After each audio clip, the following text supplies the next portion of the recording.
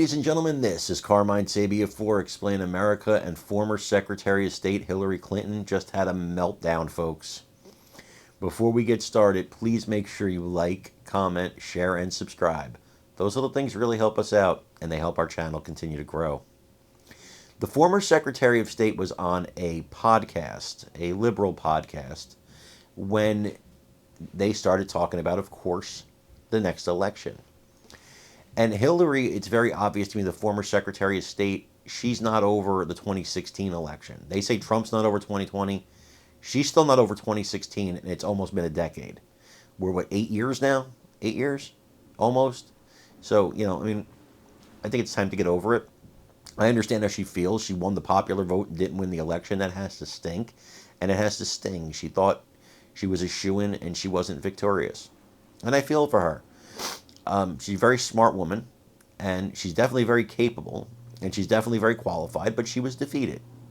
Now, on this podcast, though, even though the Trump-Russia collusion hoax has been debunked, she's still pushing it.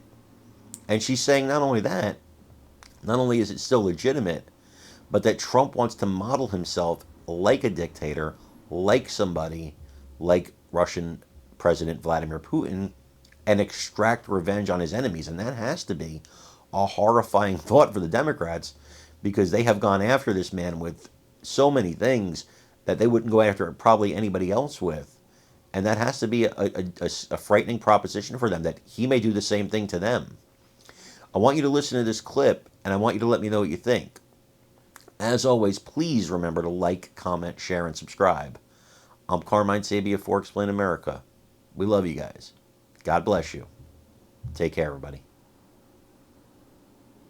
Because Putin does what he would like to do: kill his opposition, imprison his opposition, drive, journalists and others into exile, rule without any check or balance. That's what Trump really wants. And so we have to be very conscious of how he sees the world, because in that world, he only sees strongmen leaders. He sees Putin, he sees Xi, he sees Kim Jong-un in North Korea. Those are the people he is modeling himself after. And we've been down this road in our, world history. We sure don't want to go down that again. And especially when, my view, having negotiated with Putin and knowing that one of the reasons he went after me is because he knew I would, deal with him in an appropriate way, and Trump would basically do whatever he wanted. It's really important to think about what could happen to our world with Trump back in the White House, withdrawing us from NATO, not caring about what happens in Europe, our biggest trading partner, the place where we share values with, the idea that he wants Ukraine to fail, the idea that he doesn't want us to be able to surveil our enemies. I mean, this is a very scary prospect.